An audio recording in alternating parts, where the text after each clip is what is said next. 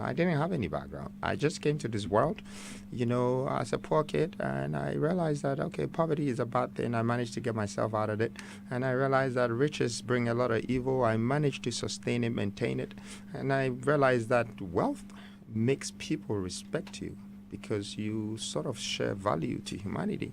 So I said, okay, this is good. I will stay here and create wealth. But after you create a mass amount of wealth, then you have the whole world coming against you, asking you questions. And, they didn't have any questions for you when you started your journey. But now that you have arrived at your destination, everybody's asking you questions. So I said, okay, fine. I came with nothing. I'll leave with nothing. Why don't you guys concentrate on having what I have whilst I go into leadership, so I can have a great purpose for humanity, a great purpose for society, a great purpose for changing this world. And I think that's what I came here for, being able to add value to these three things that I worship. Human beings are going to be here when I'm gone, and nature would always be here when I'm gone. And the world will always be here when I'm gone. But what I'll be remembered by, it's the value that I added to these three things. And so that is just the basic principle for my decision of going into leadership. And it's not politics. I don't call it politics. I'm not a politician. So the politicians shouldn't think that they have a competition. They should just pay attention to this young man. What I'm going to do is to help society, to help nations. And I don't mind whether I'm there with them or not there with them. But the things that I'm saying, you can see that people are starting to embark on it. People are even trying to claim it. Some people think that, yes, now industrialization, yes, now I'll create jobs. What happened 40 years ago if you couldn't create jobs? For 33 million people, you've had 40 years, you couldn't. So please, people should step aside. And if we have ideas and we have great mentality, we have great strategies, let us add it to whatever that exists. And we can correct the mistakes in the past and make a better future for tomorrow. How old are you now? I'm 44. 44? Yeah. It would be great to have a young president. Recently, Senegal had a 44-year-old president, right? And Argentina and all of that. I think God is marking the people with 44 now. And God used to mark the people with 33, 33. Jesus Christ and Columbus and this, they were all 33, Bob Marley, 33. But now, in this modern golden age, I think the 40s is the new powerful moment where we're going back to the likes of Kwame Nkrumah, Martin Luther, Malcolm X, Marcus Garvey, and Nana Kwame Bediako, Freedom Jacob Caesar. Yeah. You just mentioned Freedom Jacob Caesar. Yeah. Why that name? Nana Kwame Bediako, fantastic. Yeah. All of a sudden, Freedom Jacob Caesar. Yeah. Back to Nana Kwame Bediako. Nana Kwame Bediako is my birth name. Please get closer. Nana Kwame Bediako is my birth name. Freedom Jacob Caesar is my government name. I created it. It's not just a national name. It's a global name. It's a continental brand.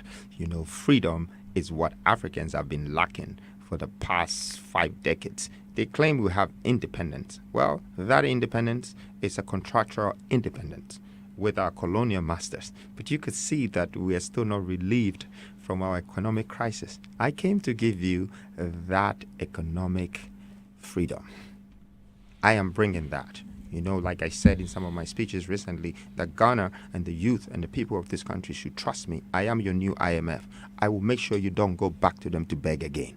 I will find you by any means necessary, by hook or crook, to create wealth for you on this land, to create millionaires within Africa, and make sure that we strengthen our own economy and stop waiting for people to give us aid. Make sure that we create our own shirts, our own suits in large quantities, in industrial quantities, and stop all of this waiting for people to come and do it for us. This is something that I don't understand, that why should we think like that? So we didn't have that freedom. I brought it. Jacob, on the other hand, I'm sure you guys know the story about Jacob.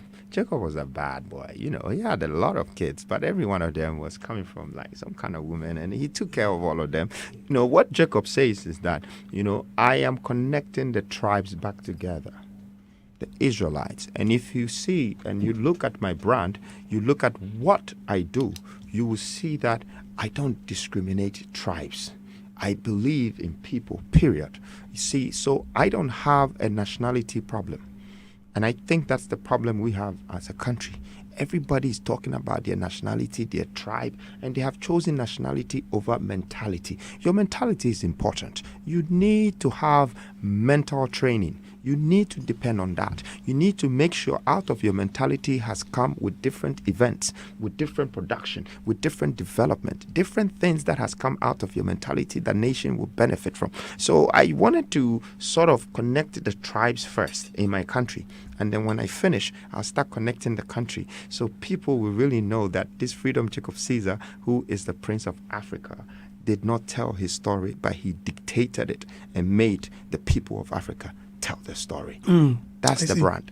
You speak very well. Thank you. Yeah, you do. I know you manage your businesses. You have a lot of businesses. Now, you intend managing the whole country, like Ghana, which you're supposed to know almost every problem of every individual, especially those you are calling for to vote for you. For instance, a lot of people have said they are not going to vote because they feel like, it's just a waste of time. We sit on radio and we advise them, you need to exercise your franchise. Yeah, it's no cheddar, no vote, Andy. That's all. No cheddar, no. Do you understand what I'm saying? We turn it around because, the old politicians were like, I'll give you money to vote for me. And I am money. Cheddar means money. So the youth and everyone and myself, we're saying no cheddar, no vote. So this time the money is now in one human with a big vision that will benefit the nation. And I think it's a new era of political chronicles that is changing, and you can see it's happening in Senegal, in Burkina, in all of these places. And when you look at some of the countries like Cameroon, how can you have a president that is sick in 80 something and lives in France, but he controls a whole country in Africa? Such things should be stopped. The human is very important. To have 20, 30 million people in a country is a lot of people. There's a question I've been yearning to ask you. And I kept telling my team that, once Nana Kwame Bediako sits in front of me, that will be the first question I will ask. Unfortunately, I've defeated that purpose. However, it's never late. Just as I was asking that you're about managing the whole country, it involves governance, politics. First of all, what is governance? Well, for me, governance is not just political responsibility. Governance is managing your world with rules, regulations that falls under judiciary systems, under legislation, under constitution, and then making sure that you are responsible and accountable for whatever resources that is put into your hands. That's governance. However, if you relate it to political governance, then you are responsible for the state resources. You're responsible for human development, national development, and social development. Now, you are responsible for doing these things, but you're not supposed to say that you, the government, I am going to do business to do it. You are supposed to use the resources and the mindset with the team, the cabinet, the ministerial cabinets, the parliaments, all the laws around you. You're supposed to be able to use these things to drive what you have as a state resources to make it a basic beneficial factor for the average living person. You are supposed to make sure that there is fairness of equity. You have to make sure that there is fairness of equality. You have to make sure there is fairness of empowerment. These are the three things behind the new force. These are our core principles: equity, equality, and empowerment. And if a government thinks with these three things, we are going to have a competitive government just like the European government or Asian or American government. But I think there is a huge gap in the governance of African countries. So we seem to be dependent on foreign political influence from people to decide. Because we can't decide on our own. That's because our governance is not relative to their governance. Their governance has become successful. They have governed their people very well. They have created a passport that goes to 200 countries, free visa. They have created all welfare for people who are sick. taxes money are going into national development and is supporting the country, the sick, the hospitals, everything. And then they have industrial support and they have reserves of minerals that they have extracted from other countries. So these are the things that you need as a country to protect yourself, to have the gadgets of industrializing your people. That's the way you can develop their mindsets. That's the way you can develop their strength, their courage, and uplift them, because they become an average person. They become a middle income living person. And people don't like to lose that opportunity. When I know that I can get $3,000 every month as a policeman, which is 30,000 or 40,000 Ghana, and it can pay for my house mortgage, it can pay for my cars, I can pay for my children's school fees, I don't want to lose that. If anybody comes in front of me and tries to give me bribe, I will refuse it, because if the bribe stops me from getting this revenue, my whole life ends. But if you take all this value from me and strip me off, hey, even if you give me pure water for bribe, I would take it, because I think one of my children might need water. You see, so I think we Africans have taken value from our people. And it's one of the reasons why I came as the new force, as the new unifier for the youth and women of this country. Because if I'm able to give the value back to them, I am going to have the biggest army in the history of Africa's population. And Africa has the biggest young population, which I believe is also the biggest labor force yet to be tapped into. How do I take this very serious? Because I'm a businessman, I'm a visionary, and I can see that that is a lot of wealth once I'm able to tap into that. Right, I see. Here you are on Hitz FM. Hitz is a youthful captive portal. Hit me. and so the focus is on show business mostly. I hardly hear you talk about show business. I think the last time you got into our space was the mention of purchasing a football club. Yeah. Right? How well do you know our industry? I know, okay, for a fact that some time ago you were involved. I think you were supporting some acts, some musicians. I've always been involved. You know, I like show business. I'm with you, and you can see that most of my friends are from here. You know, I have friends who are footballers. I have friends who are musicians, from Davido to Wizkid to Stonebwoy to Shatta. Everybody is my friend. Shatta Wale, everybody. I don't discriminate. When you go to the boxing sector, I have Azuma Nelson, I have Floyd Mayweather. You go to the model world, I have Naomi Campbell, I have Kate Moss. All the top people in the fashion industry, music industry, football industry.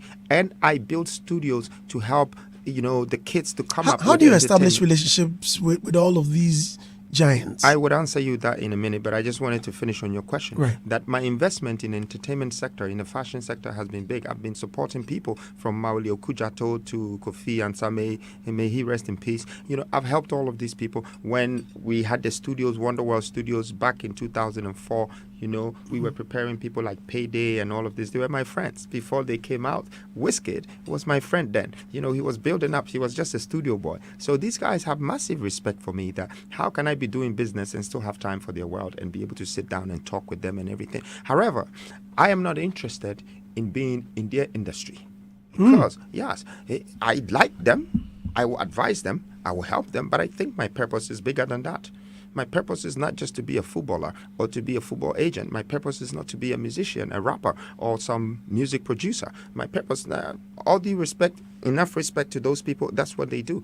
But I feel like I have much more bigger purpose than that. You know, I'm here as a humanitarian philanthropist, and I believe that the value that I can add to humanity is better for me than to extract from them, than to take $10 and take gate fees for them to come and stand there and watch me or watch football or whatever it is.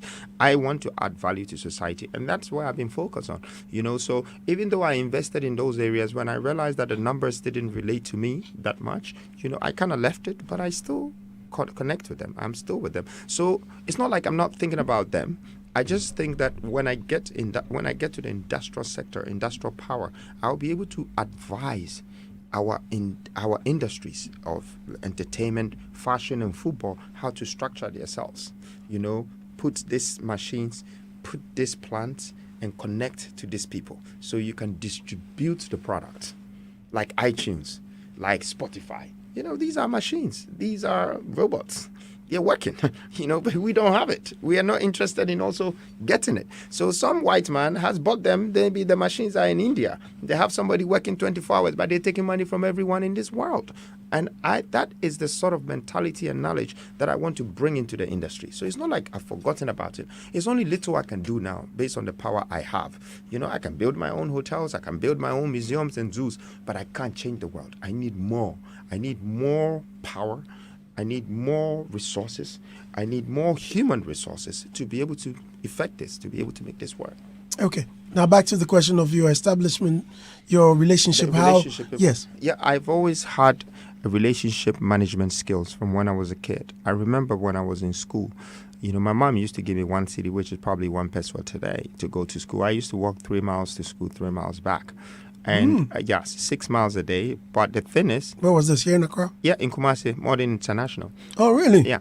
But the thing is, that 1 cedi, I didn't spend it. I used to starve a lot because one day I bought 5 pokis, which was 20 pesos then, for my friends. And they were very happy. But my friends, I always made sure that they followed me. So that was my investment in them. I did things that made them pay attention to me, made them listen to me, made them follow my instruction, made them follow my command. But at the same time, I was the servant to them. I was the slave to them. So I think that's where I acquired my leadership skills. Now, what I want to tell you is that you're asking me, how do I have relationship with all of these people? These people are not just having relationship with me because I'm Cheddar or because I'm Nana Kwame Bediako or because I have this or I have that. They have this relationship with me because they see a higher level of leadership in me. There might be stars, but there's a big difference in the stars and the moon. Now, for example, in Naomi Campbell or Floyd Mayweather, who may have never heard of you or not met you before, how do you walk up to such a person and say, hey, I'm Freedom Jacob Caesar? I don't, probably. Andy, it's just like how you've been liking me. You probably said that if you ever find me one-on-one, you have some questions for me and all of that. So you see, before you meet me or before you even see me, you probably had some plans. But that's because there must have been some things that I've done or you heard about me that has caught your attention. So you're paying attention. But then when you meet me and we speak, and then you resonate, you relate, and you connect, that synergy is powerful. Nothing breaks it. I think that's what is happening. So I'm not seeing Floyd Mayweather as, oh, he's a legend, so I'm not starstruck. I respect Floyd Mayweather. I respect Naomi Campbell, but I expect them to respect me the same way that this young man had something that we don't even see in our industries. And I think it's exactly what is happening. But, I think there are more people that I'm yet to, bring to surprise Ghanaians, from Trump to Elon Musk. And I'll show Ghanaians that I'm well connected. Like, my network is bigger than my net worth. Is that going to happen when you become president? Well, before, after, it doesn't matter. For me, being a president also doesn't put me in any special zone. It's still life goes on. It's still responsibilities have to be taken, and it's still accountabilities. I need to just make sure that the old life I live is not rejected, it's not neglected, but it's just exponentially expanded. It becomes bigger because the responsibilities become more. I'm going to invite my elders to come in. There are lots of messages for you on social media. Speaking of social media, are you active? I don't know whether to say I'm active or not because, I don't follow anyone on my social media platforms. Really? Like my Instagram is 0 and I've never followed. In fact, Naomi Campbell took my phone and followed her one time and I unfollowed her again. But she still follows me. I mean, she's my friend and my... Why do you choose not to follow anyone? That's how I felt like before I got on there. I was never going to get on there, but when I was getting on there, I said, you know what, I'll come and feed people with what I think at when and whenever I think. If you want to take it, if you don't want to leave it. That's all. I just didn't want to follow anyone and to be able to respond to their posts and their questions and their comments because I'm busy, and my time, it's one thing I don't play with. So all I wanted to is give to the world, but not to exchange with the world on social media. Yeah, that's the reason. Because I think... Okay, could that be the reason a lot of people feel like, he's not a people's person, he wouldn't follow you, he wouldn't even mind you when you see him out and you extend a hand or you try to get closer to him? Oh, no. Could that be the reason? No, I'm very, very, very open. I love people from disabled people to able people, rich people, poor people, small, big, fat, slim, all people I love. The thing is, people don't know me. People don't see me. They act like they do, but they don't. Because I wake up 5:30 or 6 in the morning, and I use an hour to praise and pray. Really? Then I use 30 minutes to run. That's how I build my energy. Then I go straight to work, and it's back to back and back to back to 8. So I don't have the time to be anywhere. If you ever see me somewhere, you have to appreciate that, because really, I'll come to you. You don't have to come to me. If you want to greet me, I'll greet you. I'll shake your hands, even if you're the devil. I have no fear. I have no worries. I just think that when you become a topic, people around you become the gossips. And you're never going to get them with one mouth. Everybody will be saying what they like and all of that. But I don't think I'm here to respond to people's folly. I think you don't need to rebuke also a foolish person if they decide to judge you before they even meet you. And that, for me, is like prejudgmental and non-settlement. It's people like that. I don't think they're too intelligent for me to associate with. I feel like I might have something for them later that could change them by proving to them that however they try to see me, I could never be that person. In fact, they're looking at themselves, whatever they were thinking. When you see someone, what's that one thing that you're attracted to and make you approach the person? Is it by their name, by their achievements? Oh, you are Andy Dusty. Hi, what's up? How you doing? I've heard a lot about you. You are this, you are that. Okay, my name is Kwame Bediako. Now let's talk. No, I just think that it's their warmness. When people have screwed faces, they are angry, all of that. And I don't want to, I know you're angry. I don't want to be involved with your anger. But when you're in a good mood, and I'll smile back if you smile at me. If you wave, I'll wave back. It costs me nothing. It costs me 0% to congratulate people, to thank people, or to appreciate people. It's not a hard work to do, right, Andy? It's very simple. So I never get worried. I just think that a lot of people say things when they don't know me. But it's good. For me, I'm probably one of the best marketers that Ghana and Africa will ever find, but they don't know that about me. I know how to market myself very well. And I learned from one of the greatest marketers of all time in this world, Jesus Christ. He came to market God, and by the time he died and left, everyone believed in God. So he did the job perfectly. And I learned from him. He created his 12 disciples. There is 12 months. There is 12 of everything. Okay? And he kind of didn't have the money. But with the marketing strategy, he put the 12 pillars in the right places, the 12 stories in the right places, the 12 o'clock, the age, the time, the belief, the miracles, the knowledge, and the words. He kind of combined it together. I think that's what I concentrate on doing, making sure that whatever you say about me, you're not going to get enough of me. You will keep hearing. And it's been going on since I was probably 11 years old. They're still talking. I remember when I was 16 and I invented cheddar, meaning money.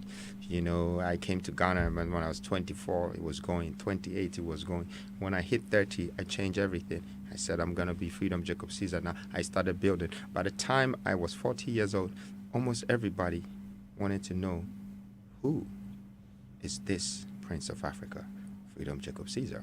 It's just about letting the people talk. Because if they don't, that means you don't exist. Right. You are not on social media yet. There seem to be some scandals that came around you. How do you manage those? For example, the animals or the zoo effect. Recently, there was something that came up, which we all saw that it was fake. I think you came out to refute that. Yeah. There was an AI generated story. I saw that on social media. I felt disgusted anyway when I saw it. How do you manage all of these scandals when they are thrown at you? Well, it's not crime to own tigers, but it's also... Well, where are they anyway? They're in the zoo now.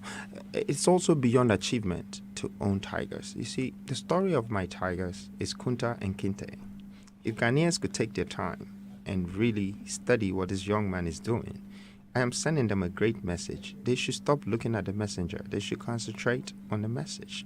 Kunta and Kinte were two tigers who were supposed to belong to the forest, but I took them from Dubai and South Africa and brought them into Africa, a place where the Asian man said that tigers will never survive.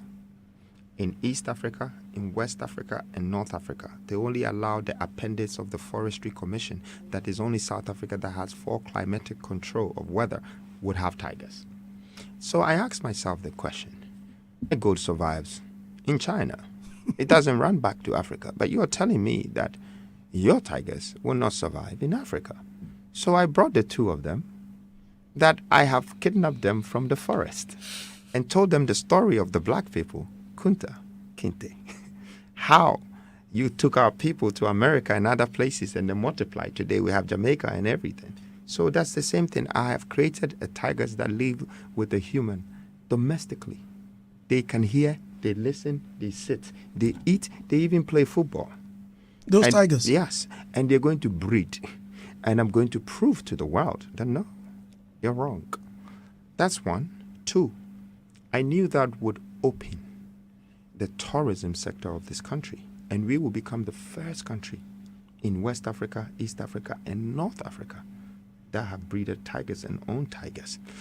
Thirdly, I wanted to build a zoo as part of my portfolio.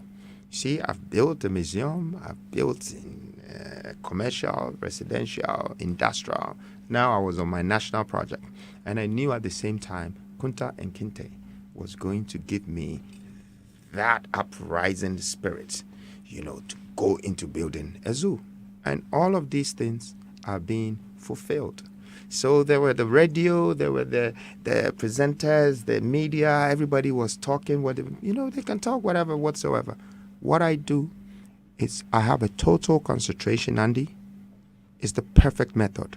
I'm just doing exactly what I envision. I know that Ghana is going to benefit from that later. I know that we will be proud someday that, yes, if you're talking about tigers being breeded in Africa, it's one of the places that they will point. And I know that this will lead us to expand our safari parks and have one of the biggest parks in the country, to understand the value of animals and even human beings. Because as a country, I don't even think we have value for the humans, let alone come down. Of course, if we did, I don't think we would be having a crash economy with 86% people jobless, without any taxes, welfare prepared for disabled, for the country, for the nation. I don't think people will come from outside and become extremely successful and go out, and the inside people will become extremely stressful. And then the stress is what is stressing our economy. Because when your people stress, your economy stress. When your people are happy, your economy booms. So that's the value that we haven't given to our people. I just want to know if we can point a few, 5 people in this country that we can say through our governance, since we were talking about governance, or that they have created as millionaires or billionaires. You can't point them.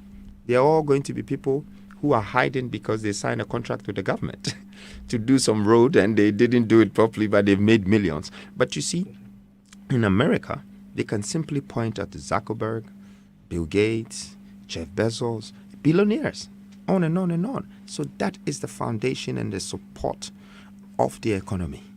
If you take these people out of the country, half of the country can fall. Because a lot of people are depending on Facebook, Instagram, this software, this, that, banking software. All the people are from the country.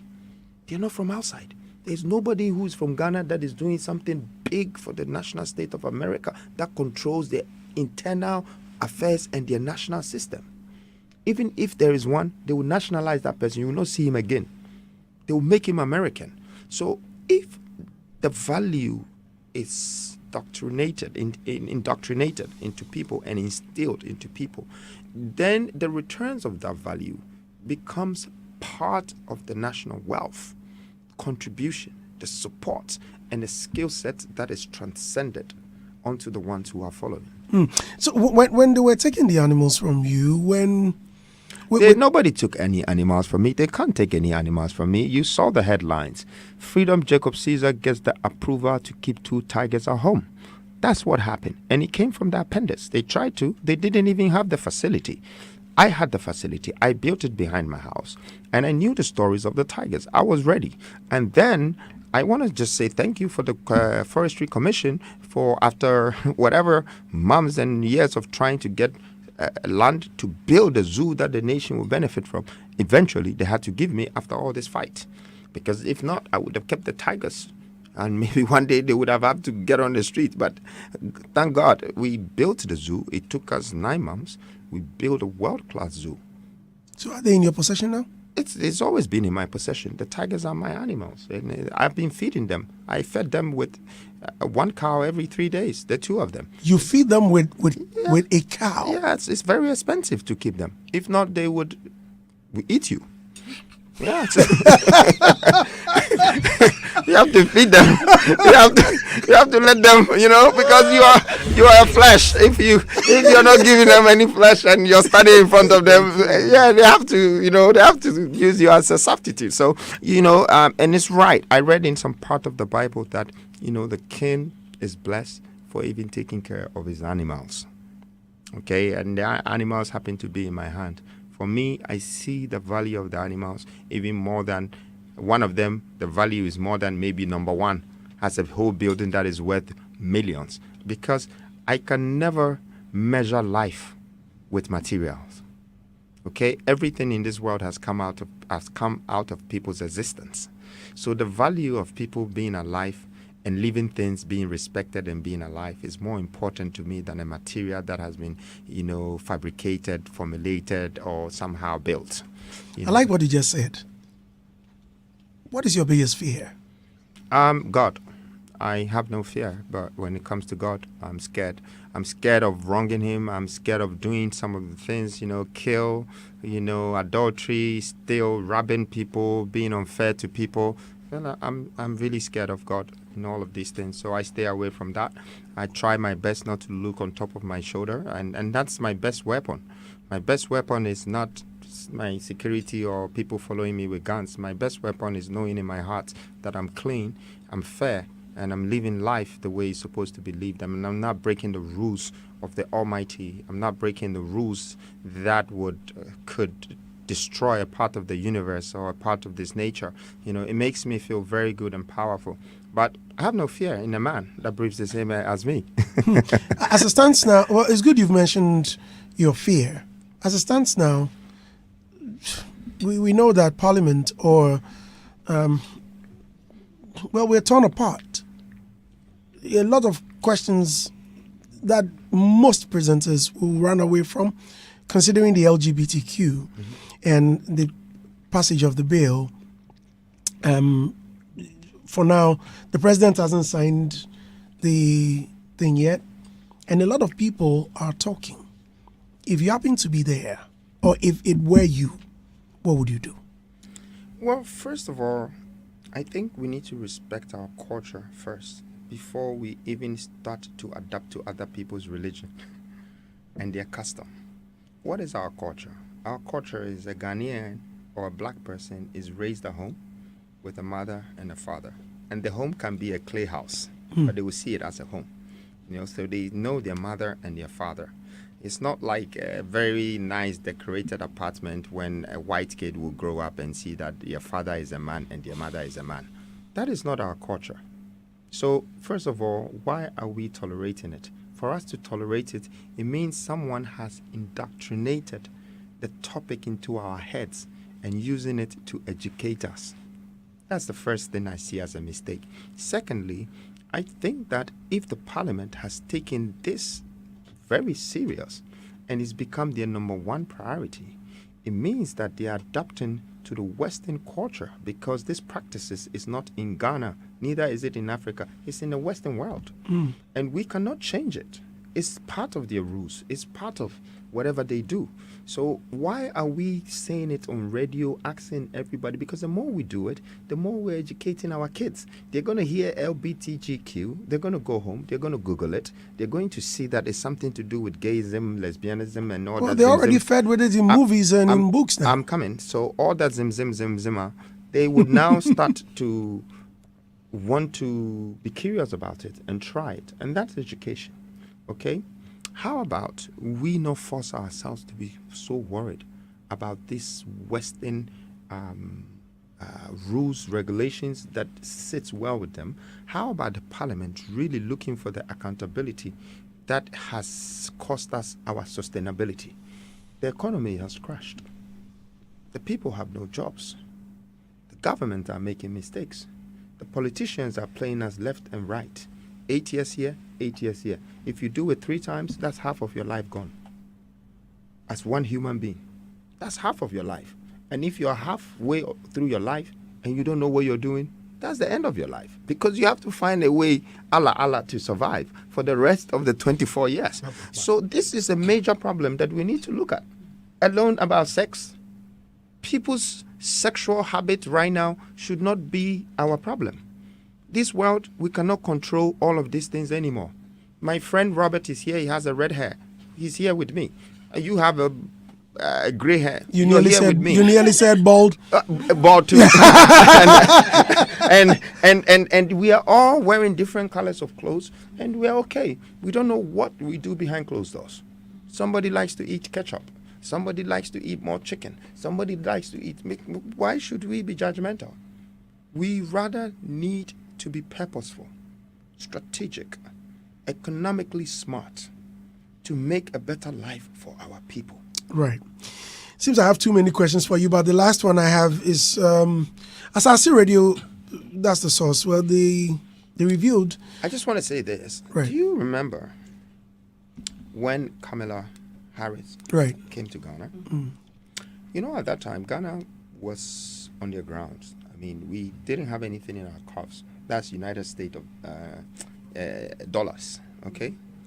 And when I heard that she was coming, I was happy because I thought the actual president has sent the vice to come and say to Ghana that we're going to relieve you guys with this IMF issue and give you the $3 billion. You know, the woman actually had the audacity to ask her security to search our security before she entered our country. And then after she entered our country, she went straight to the government and told the government her purpose of being here is to find out how we're going to pass this bill. And I was shocked that our crisis wasn't important to her. Passing the law was important to her. But here's the funny thing that happened. When this woman was speaking, beside her was her husband. So there are times that people send insults to you. You have to be intelligent to clock on quickly and react. Because if you don't react and respond, you become a coward. And when you become a coward, you're not any different from a snitch or a puppet. But this is the courage that I have as a leader. And I want people to understand I'm not just here to be a president. I'm here to be one of the biggest leaders in Africa in history to change a lot of things. A lot of things. And I think she really stabbed her own self in her own foot, in my eye. Although people didn't see. But you want to have a husband. You want to have children. But you want to come and advise us to pass a bill so we live a certain life. Well, you should have been the better example. She should have come with her girlfriend as a wife. Hers was not to pass. Sorry? Not to pass. But to what? I mean, Not hers to pass was the not to. anti-LGBTQ When we pass, that is where those people will be in trouble. Yes, But so the point point I'm was trying not to to- make is yeah. she's supporting the whole agenda, the whole not movement. to And so maybe I'm just using the parts and then sorry about that. But yeah, that's what I'm saying. Like, we should be able to stand up, be firm, be bold, and speak. Because until we become like that, we will still have the mentality of enslavement. And if you are entangled with the thought of being enslaved, you are one. Courage is important. My last question was, Cheddar owes over 7 million Ghana cedis in unpaid taxes. Documents from GRA review, sources Asase Radio. Did you hear that? Yeah, I wonder why Asase Radio had to be the one that had to fish that out. An existing it's a media government outfit. radio station, a radio station that only came out when a particular political party existed, is the new one, is a baby radio station. I wonder why not GRA coming at me why they had to be the investigators. And even in the news that I was reading, it's saying that someone's fact is saying this and that and that. But it's a media outfit. So what stops them from doing their job? No, the media outfit is not supposed to be the one announcing for my tax issues. They should get the GRA involved. It's the GRA's job. But if the GRA had given... they have right to information. No, I'm saying if the GRA had given that information to them, they can publish it. Exactly. Okay? But that's not what happened. I'm sure you should have read it. When you're reading it, it's saying that someone is doing the investigation and this is what they've come out with. So even GRA was not saying they were doing that. However, in 4 days, if a country is complaining about me not paying taxes, when they have been taking taxes from me for a good 21 years, everything I pay for. I pay for 200-300 containers in 3 years that I bring to this country. How am I going to? I can't smuggle them out. I pay for workers, nets, this, that. I'm paying. Look, you pay all the taxes. And even as of now, taxes has overed our revenue. And we all know this. But here is the catch and the funny thing that happened. After trying to do that, you see, before that was my convention being cancelled. Okay? If you can call it whatever, government attack, whatever, I don't care. Let them do whatever. I'm doing what I have to do. But after that, they came with a tax issue. And that they should have kept that trick for later. They came too quick with that. I mean, they were struggling. They had to bring something up quickly. That, 4 days after, the commissioner of taxes was exposed. He's supposed to be retired. He's been working for 4 years. And he has been doing stuff with the government that's wrong. So how come the doctor who is supposed to cure you out of AIDS and supervise you has AIDS himself? How do you expect me to even believe them when the people who are claiming I haven't paid taxes are robbing taxes? And the government that is behind the people are also allowing them to break the law. So, this country is in a big mess. I'm sorry, Andy. We need to look at the mess that we're in and start cleaning it up and stop trying to put people in a position just to make ourselves look good. And that's why I'm saying about Asasi Radio. I mean, look, they could have called me. They could have called me and say, hey, this is what we heard. We want to make sure. But they went ahead and published it, of course. And it's somehow politically connected. So, for me, I just want to say to you that this is a radio station. It's a media platform. It's all of that. And the owner is a good person, but the owner might have 20 workers and 15 of the workers are in the pockets of government and really breaking the rules, doing what they like. So they've turned the radio or the media platform to a governmental platform. This sort of nonsense, we should cut it. Like, we're stabbing ourselves and killing ourselves and destroying ourselves. Then when we finish, we say, oh, God, help us. We are hungry. Come on. We should wake up. If you are not paying taxes and a radio station reports it, or if they are fed with that information, and let's say it is correct, I don't see why it shouldn't be discussed. Andy, the point is, if I wasn't paying the taxes, do you think I would even be sitting here talking to you now? There are a lot of people who are not paying their taxes. No. I'm saying that if I wasn't, do you think I'll be sitting here? How come they didn't say that I haven't paid my modern taxes? They said the taxes were 2013 and 2015. That person this is political. And I know, and I don't want you to look like maybe you're supporting the politicians or you're working for them. No, but the fact is, taxes are being paid. And I have paid, and there's proof. You saw me. I went straight and I spoke Chi the next day, and I told the country that we're being robbed. Yeah, Brett. Because everybody is coming to us, attacking us, this, that, just because of some presidential candidates. That's the problem. The problem is not the taxes. How much do you think, a common Ghanaian can give? We cry, we're broke. And I pay 300 people every month. I pay their SNIT. I'm paying taxes, duties, this, that. So for you to frame me and try to... Look, you had all this time, 2013. If you think I haven't paid taxes, do you wait till 2024 when I decided to stand for president before you come and publish me? Come on, there are some things I want even the nation to become smart thinkers and figure it out. That this is an attack. And it wasn't the first time. They just shut my, convention. When I brought 4 great voices in Africa from 4 different countries. So they can ignite the voice of our economy, our governance, our development, our industrialization. It's not easy to do that. You make me do all this hard work and you come and cancel it. You try and get the Ghana government, try and get Nigerian government and tell them to bring those 4 people. They won't come. They would think that you're setting them up. And now I bring them, then you stop it. I go here and then you cancel this and you look, if you have a problem with me, you need to find a solution for it. Now, it's not just the government. I think some of the public too. I don't have a problem with the public because I'm not going to waste my time having a problem with either the government or the public. It's a waste of time for me. I need to work on solution and this. I would rather find a solution for the problems to our industrialization, to our economic growth, to our wealth building, to our nation building. The important things in life is what I'm looking at. Right. Kwame, please come in. Andy, thank you very much. I think listening to him, clearly he has an interest in the arts and tourism. Looking at the culture and creative industries the world over, it's become the lifeblood for most economies. And with you being somebody who wants to lead this country, as a person who has more of my focus on the culture and creative industries, I want to know if you have a blueprint for our creative economy. I don't have a blueprint, but I have great ideas that can connect. Creating an international, art gallery that is somehow governmentally supported and not privately could actually attract a lot of talent in this country for us to bring all our art pieces together. Okay, this is from voices to drawings to paintings to many things. But when I talk about industrialization, I'm talking about big scale of doing everything. You need to scale it to a bigger level where you can introduce it and promote it and market it to the world. Because the world is 7.2 billion of people, or 7.3 billion. If you want to sell something for 1 million, you have somebody that will buy. If you want to sell something for 1 billion, you have somebody that will buy. You just need to connect to the world. And I think the current government did a great job with promotion.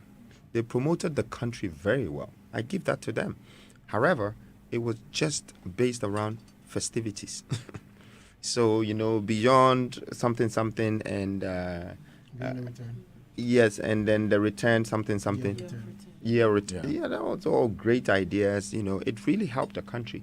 You'll be surprised if you tap into my history. I started this movement in 2002 when I started a nightclub called Temptations, where I invited people from England and Holland and all of that. I'm sure, Andy, you know about this, and at that time, that's when you probably heard of me. So what I was doing then is what they just did on a bigger scale. But I had the people coming every Christmas. Are you going to continue it? No. I if stopped. you become president? No. I stopped a long time because. No, he's asking of the year of return. No, I think we should not really consider that as a business support. Okay, it's just leisure. They didn't turn it into a business support because when the people came, they celebrated for 2 weeks, and after the 2 weeks, they didn't have anything substantial that convinced them to leave their last investment in this country. So they just left. And then it became a memorial thing for them that every Christmas, Ghana is freedom and it's fun. And you can party till 6, 8. Now, so the tourism ministry gives us figures of how they contribute right, to our economy almost every year. Oh, look, they will. But they do it just for 6 days. So they will come, they will buy things here, they will circulate, and then they leave. Okay, that's a vacuum in your economy. When it's like pump and dump, and then the economy sucks it, then it's starving again. So even if it could go on for 3 months, which is a quarter of the year, you will see a lot of avenues for revenues and returns. But because it's such a quick shock, it's 1 week, and it goes. But guess what? They also take things back with them.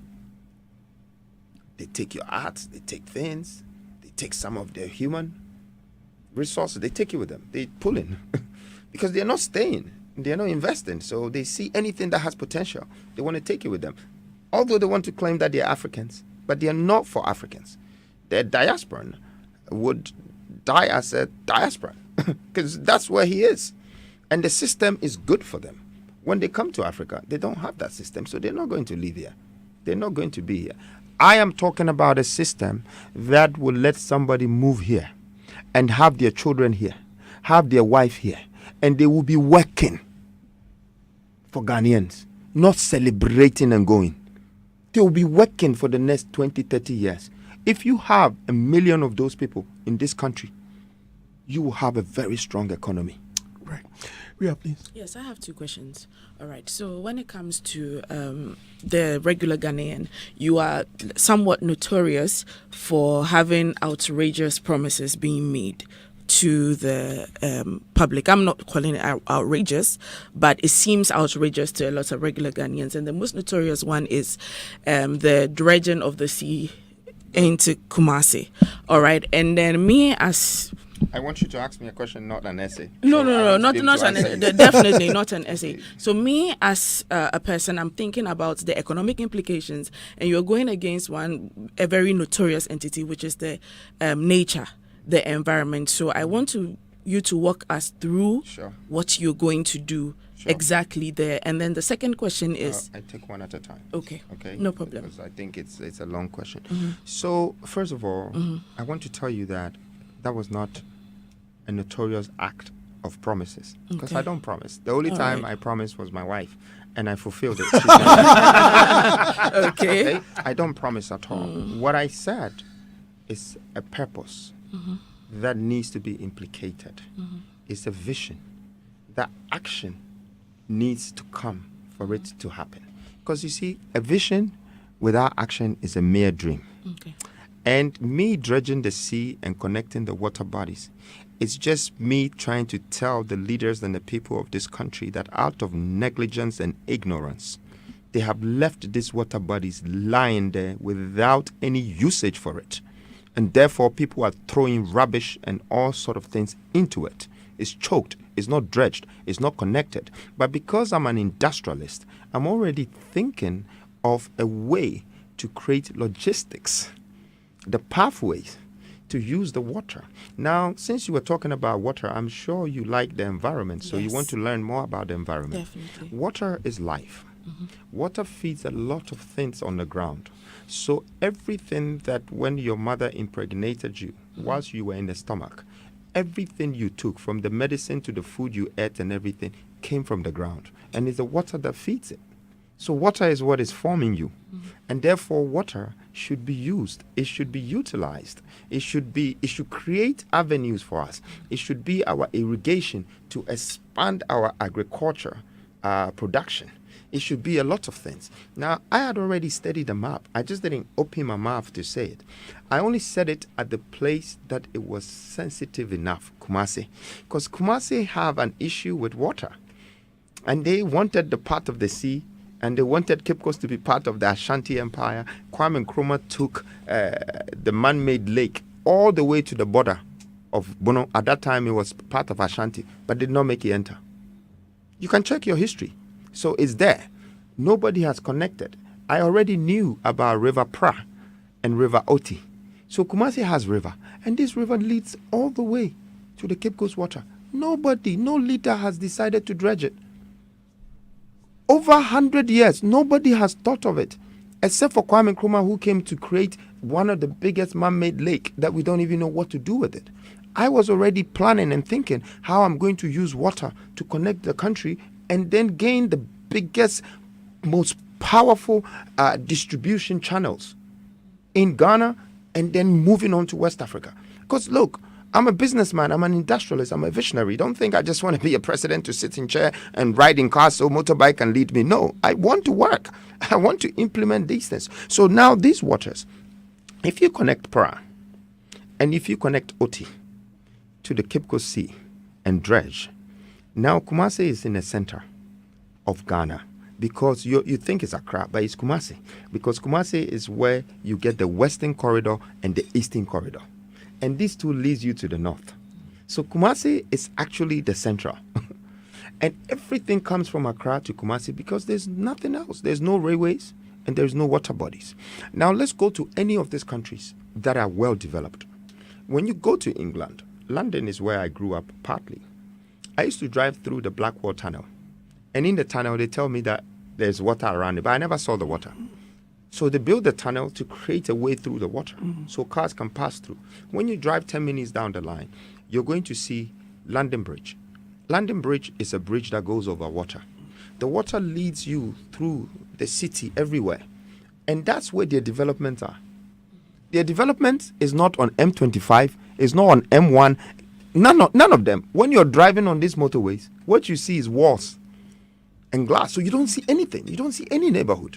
When you come to Africa, we are still dependent on the road that our colonial master created for us, and it's single roads too. And that's where Articulator is going. That is where Petrol Tank is going. That is where Tico Uber is going. That's where the private car Maybach, Lamborghini, everything on that one single road, and it's got potholes all over, my friend. You have to be out of your mind to think that you will be able to develop your country on these single roads. The fact is, someone has hidden the truth from you, that your water connection is where you can develop. Here's what you can get when you develop beside the water. You're going to find all virgin lands that has never been developed. And there could be a new communities all coming up, new line of distribution, new irrigation system to help your farming, and new climatic control of weather, especially a place like Boliga. When we went to Boliga on our tour, the air that was blowing had heat in it. Heat. Like it's almost fire, and some of the ground is already catching bushfire. That's how much the heat is. So in 8 years, they could have a serious problem. You know what causes that? The water body. The water bodies and the connection to feed the ground and to make the clouds bring more of moisture and all of that. They haven't done it. It's because of development. When I'm in my house and I come out of my house, the heat that I feel sometimes is how our developments are. It's just by the roadside and it's not by the water. So what I want to say here today, and the people who are listening to me, I have brought you one hell of a vision that is going to open room for your development, room for human development, social development, distribution, industrialization, and connecting to other parts of Ghana regionally. Besides that, we can connect straight to West Africa, like River Pra behind Techiman. It goes straight into the sea, and that's the border that you share with Takrady. Now, beyond Takrady. Now, the question I want to say is that, were any of you studying all of these things? Thinking of it? Exactly. They never teach you in school because they're hiding it from you. I have come and I have found out. I'm sharing it with you, and you're fighting me. Please, I'm not saying that. You know. Unfortunately, we have to go I at. have a second question. Yeah, Just please. small. My boss is on my neck. I'm sorry. So you spoke about equity, and I'll tell your boss that he should give us the minutes. We're here. you spoke. What's his problem, Andy? We're here. When we finish, we will give him his radio station back. In the beginning of this interview, you spoke about equity, empowerment, and you said you came for Ghanaians and equality, and you came for Ghanaians and women. So I have a gender background, so I want to know your vision for all those three: empowerment, equity, and equality, and then women, because there's an underrepresentation, whether you like it or not, of women, even in governance. Yeah. So I want to know your feedback on that. So first of all, equality is one thing that I would like to deal with as a second topic because it's the second part. Yeah. But equity. Yes. Equity is that Ghanaians have been robbed of their equity. All the minerals in this country are state resources. They don't belong to the government. They belong to the state. But if you look at equity, their shares, they're not getting it. Somebody else has come and bought all the gold. One country can come and buy all the lithium, and then they take it. But we don't know the returns that comes to the state. So I want to be able to create a 16 industrial regional revolution. Okay? And by doing so, it tells me what's Volta region is wealth, what Ashanti region is wealth in minerals, in resources. And they would work and create economy out of the region and create salary and wealth out of the region. It's not going to be me going to bring somebody from outside to come and take over. So that's what the equity means. Equality is giving people a fair preference of share, of value and everything. For instance, people who are coming from America should not be highly valued than the citizen. And a man should not be overvalued over a woman. That is equality. You see, the equilibrium of this equation is what sustains humanity for their own rights and not to be violated. And I believe that this should be the number one principle for governance. If we depend on our political governance being based on foreign influence by what people say, then we as a country don't know where we're going. But if we have the basic principles where equity is something that we get our fair share out of, just to get an average salary so we have a middle income lifestyle, That is fair for humanity. If we don't do all of this equality problem and, valuing one above one and this and that, I think that it's time for women to be a part of our governance, a part of our decision. I don't see why women, and I advocate for women because I was kept in a woman's womb for 9 months. I know the pain. And when I was born, yes, my father was rich, but my mother knew what I had to eat. They put so much into us. Okay, they feed us. They do all of these things. But when it comes to entrepreneurial, we take them out.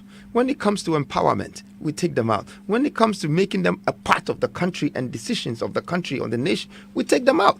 I am bringing you women back in. I am advocating for women. I'm saying that I want women to become entrepreneurs of this country. I want women to become the vice or the presidents of this country. I want women to have a say and a voice, just like how I want the youth to have a voice. Right. Adam, please. Thank you very much. And of course, empowerment, I'm doing that already, right? Okay. Are you empowered? Well, If I want to see it's that all this relative. time that you have sat here with me, do you feel empowered or you feel definitely. conned? I just want to know. No, I don't think the word is conned. I mean, you've said what you have to say to me. It is left to me as the citizen or the listener to decipher whatever you're saying. But I didn't talk about decision. I'm talking about I'm saying empowerment. that you are on the right path. Thank you. Okay. All right, thank you very much, Mr. Nana Kwame Bediako. Bediako. Have you heard of the... Say it again, please. Bediako. Okay. I thought you said Bediako, so I was okay. correcting you. Sorry. Have you heard of the Buankra inland port? No, I heard there's some inland ports, but, I've heard a lot of... Those are the promises, okay? The purpose of doing things is just making sure that there's a good plan, there's a connection, there's value. The reason I ask this is that, with your message of dredging the sea to Kumasi, one of the things you talk about is having containers Logistics. things there. That's logistics. Yeah. The reason I'm asking is that there has been a plan to have an inland port, which will be a free one, at Buankra, close to Kumasi, to serve... It's already there. I'm coming. To serve the inner part of the country and the those landlocked other countries, landlocked countries. Areas. Yeah. And it started during Kufuor's time, and up to now, it's not been done.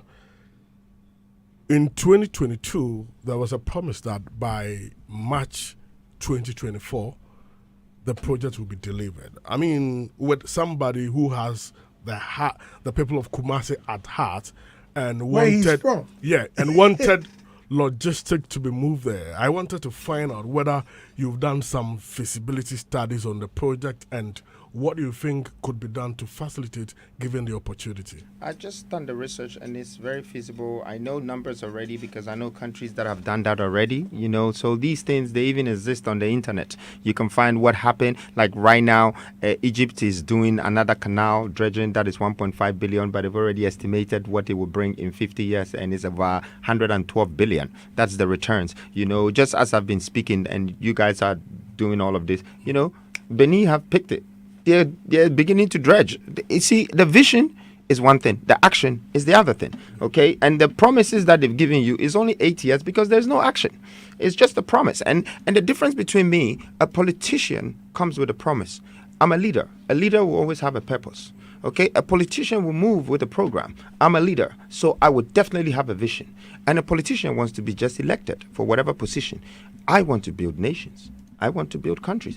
And if the opportunity of creating that logistics in that area would help to feed whatever industrial vision that I have for the country, then it will be one of the priorities. Okay? It's the same thing with railways. I don't need just one. We need multiples of them. So I wanted to find out your plan on, having some inland ports among others in part of the country to help move logistics to some of the that is what the whole water transportation is about, my dear friend.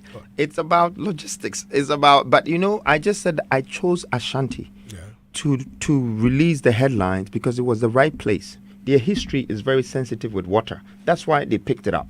Do you understand what I'm saying? And so that's why I use the term sea instead of the dredging and canal, because canal is a mixture of different types of waters. Do you understand? It's sea, river, lagoon, different type of things, and it's flowing. Okay.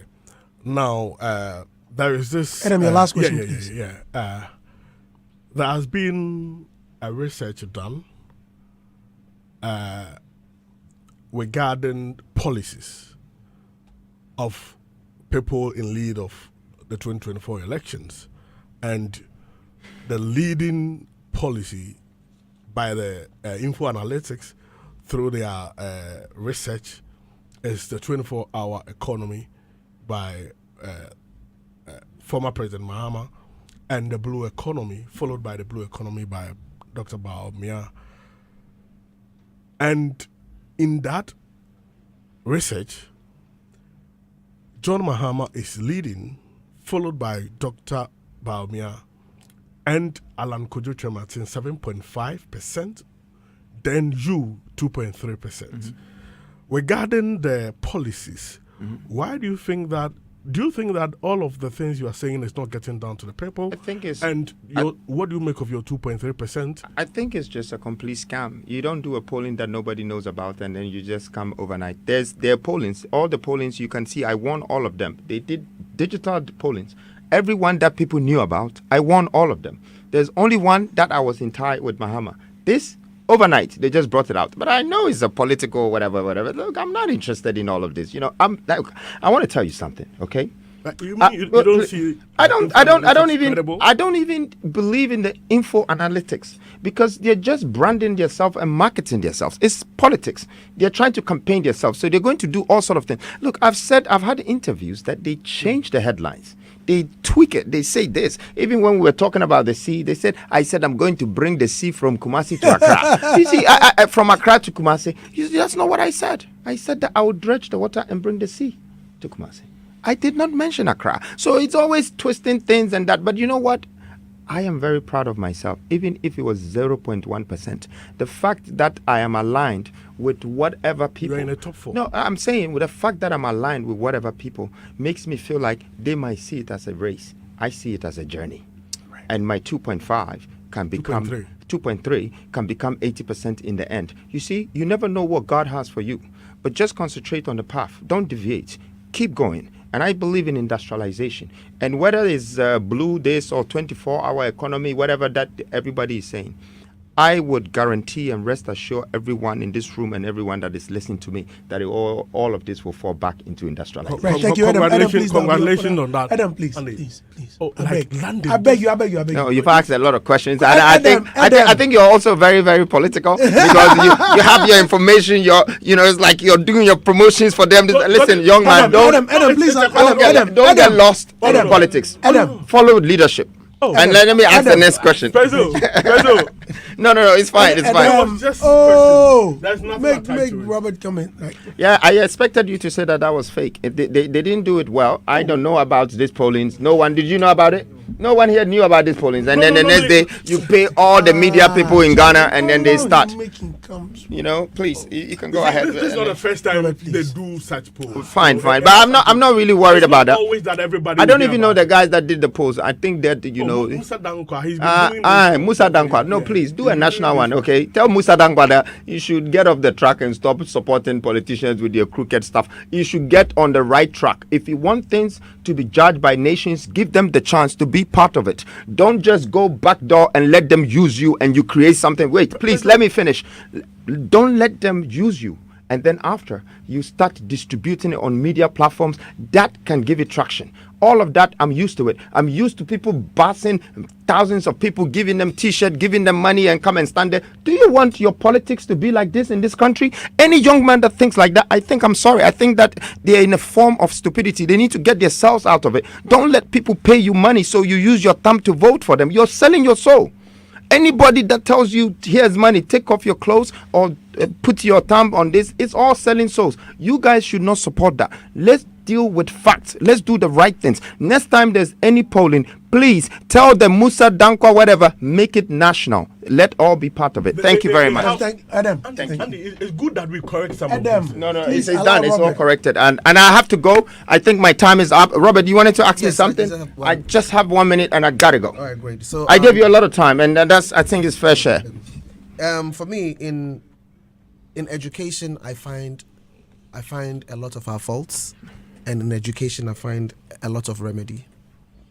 I don't even know if that statement makes a lot of sense, but all I'm trying to say is that education is foundational to almost everything we are facing, whether we are growing up to become people looking for employment, or we are growing up seeking to become entrepreneurs, or we are nationalistic, or we are politically woke because we are taught constitution or elements in there, or we are value creators, and so we are able to think, about how to turn our little into plenty, that kind of thinking, and all of that, and goes on and on. If there is any policy or any idea or any blueprints for education, I would really like to hear that from you. I think, first of all, thank you very much for the question. I think that's what I'm doing right now. I'm educating people that learn about how you can turn your cocoa to 7 different things. That's industrialization. I'm teaching people to learn about how they can turn their gold to 7 different things: reserves, currency hedge, and many other things, okay? And international trading. So everything to do with our natural resources and commodities, if we don't process them, if we don't produce them, if we don't manufacture them, if we don't package them, then we don't know about it. So you can go to school as much as you want and have all the degrees, but if you don't know what is around your surrounding to create wealth out of it, then you just have a common degree to hold in your hands. And that's what a lot of politicians in this country have studied to acquire degrees so they can come and become something, works and housing, something. Look, if you haven't built houses, you don't have experience, this, that. You can have all the degrees, you can never do it. Because you need to understand what is on the ground, how to manufacture it, how to turn it around. We don't know how to fabricate our own metals. So we only buy fabricated metals already. But the metal itself is iron ore. Until we learn how to industrialize the iron ore and turn it to metal, we will not be able to learn how to fabricate the metal to even create a machine. So that process is missing. I still think that we are somehow colonially being educated by Western, should I call it, maybe Western academia, whatever. Should I say that maybe Western academia resources, whatever that they are trying to make us learn about. If it's geography, then we need to learn about how to dig the grounds and find golds and how to turn other things into things. It's not about learning about geography, where the equator is and where is that. It's not going to pay you. It's going to give you an idea of where the equator is, but really you need to understand what is on the ground. And I think that education is missing in our country. And even if you have educational ministries, they should concentrate on that. And that is what is going to create you more of entrepreneurs. When you have entrepreneurs coming out of universities, which is a project that I think you're part of, that we're already doing. You know what we want to do with the university challenge in this country, where I'm investing 1 million in a group of people that will come with the best idea. The reason why I'm investing that 1 million is not because I have too much to spare. It's because I want to open the door for Ghanaian educational platform, for the curriculum that we have, to create entrepreneurs, to empower them so they think like entrepreneurs, they think like business people, they think like leaders, not just go to acquire a degree so you can find a job when you don't even have the job. So if you don't create these industrial parks, you don't create these industrial mindsets in your country, please, you can forget about all the other things that you're talking about. I'm going to do this, I'm going to do, because they all come from industrialization. And I want to say on this radio and at this very moment, from entertainment to fashion to everything is based on industrialization. Any country in this world that has been developed, they developed their country out of being industrialized. We Africans are refusing to accept the fact and the truth that even if we're educating our people, we should let them understand that they have to industrialize their mind and industrialize their product. Why are we hiding the truth from them? Why are we fighting against the truth? Why are we pushing the good ones to the side and entertaining the bad ones? We are our own devils. We are the ones killing ourselves. We are the ones destroying ourselves. If you are educated, then you should know what is right from wrong. Right. And the best time to learn is when you're wrong. You accept it. Many thanks for coming, Nana Kwame Bediako. Your good friend DJ Mensah is asking me to ask you, if you meet President Akufo-Addo right now, what would be that one question you ask him? Oh, in 1 minute. I would probably have the normal conversation I have with him all the time, because when he sees me, he calls me Cheddar, but I have to call him Mr. President. Oh, you have a good relationship with him, huh? Yeah, or I call him Nana sometimes. I just think that, regardless everything that is happening in our political world, I think for a citizen, it's important that we respect our elders. It doesn't matter whatever people say. I am not the type. I really respect Nana. I respect Mahama. I respect Alan Chematin. I respect all the people. I think that's why they're my friends. And they know I have respect for them. But there is the other side that everybody is complaining this, da. I am not interested in being a part of that. So I don't even have questions for him. Okay. I am just interested in finding solutions to problems that I think I will be able to solve to make that become a part of my contribution to this national success.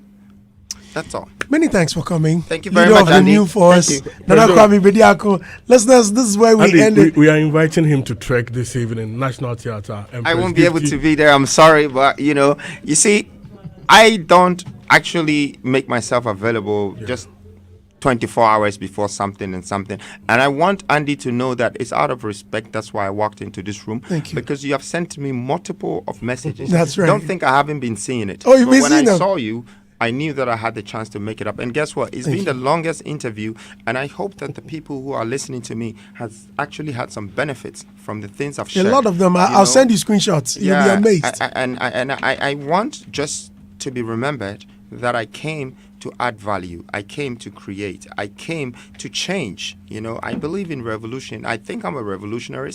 I don't think I am. And so that change has to happen. And thank you guys. Thank you for supporting. Thank you too. Thank you. Congratulations and good luck. Thank you. Listeners, this is where we ended. Many thanks for listening. It's been amazing with leader of the new force, Nana Kwame Bediako.